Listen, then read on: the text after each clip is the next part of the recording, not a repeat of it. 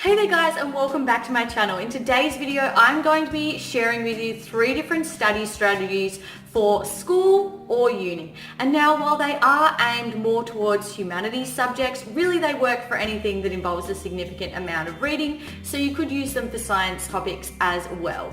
For the purpose of today's video, I'm going to be using these strategies for English because I'm an English teacher, and some resources that you will need for this video include either an exercise book or some plain writing paper, a variety of coloured pens and some highlighters, and that is it. So once you get your resources ready to go, let's get into strategy number 1.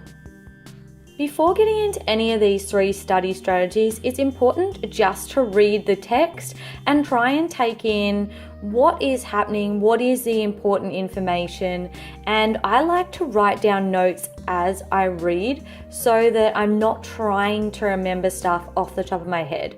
So for instance, at the moment I'm reading this play for Year 11 Standard, and as I read each scene, I'm going to be jotting down some key ideas that have to do with plot, setting, characters, themes.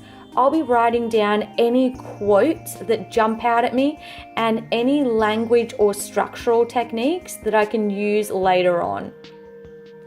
Study strategy number 1 is Cornell Notes. Cornell Notes are a fantastic study strategy if you find that you are more of a reader-writer type learner, meaning that you retain information more frequently or better quality when you read it and make notes. So as you see here, I've just got my A4 piece of paper and I've ruled it up so that I have a margin down the left-hand side and a section at the bottom. When you're creating Cornell Notes, make sure to give yourself a title, and over the left-hand side in my margin, I'm going to be either writing subheadings or questions.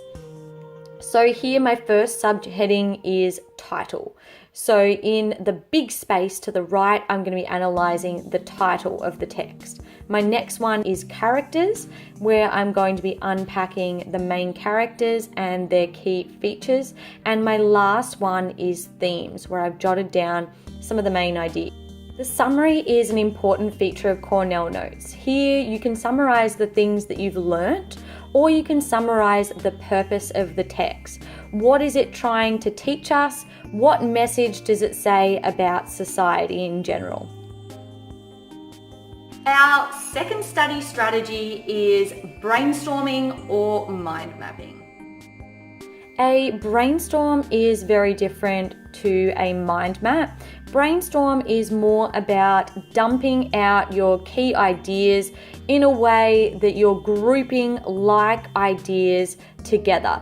Where a mind map, in the linking parts, you're actually writing specific notes of how these ideas link or map together. A brainstorm is a really great strategy if you're more of a visual learner, or if you're having trouble unpacking the text. It's a really great way to sort of start initially delving into it, where you're literally just jotting down some of the things that you're seeing as reoccurring ideas or that strike you as being important. I would say brainstorm is like a first strategy, and then you can go into more depth by doing Cornell Notes or by doing Sketchnote. Our third and final strategy is pretty notes, or you could make it a little bit more visual and turn it into a sketch note.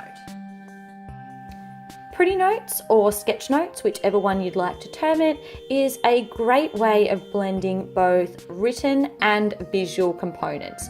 So it's fantastic for those who are neither solely reader-writer learners or visual learners, which is more of the brainstorm method. So it kind of incorporates the best of both worlds. So here I'm using the written aspect, but I'm keeping my notes really concise and sticking to just dot points.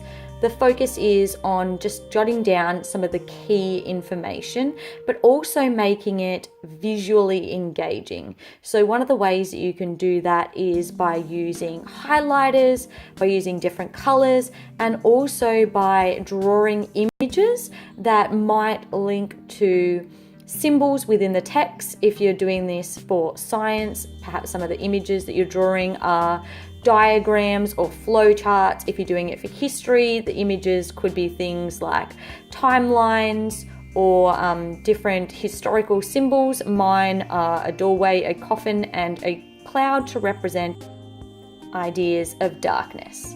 So here are my 3 finished study strategies. I've got my Brainstorm, my Cornell Notes, and my Pretty Notes. And now if I want to refresh on this text, the Shoehorn Sonata, all I need to do is have a quick glance over my 3 different types of notes, and that helps to summarize the main ideas for me.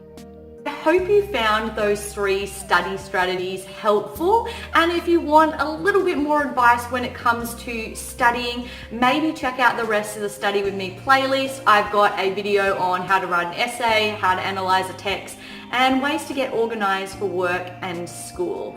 I hope you guys have a fantastic rest of your week. I'll see you all in my next video. Bye guys.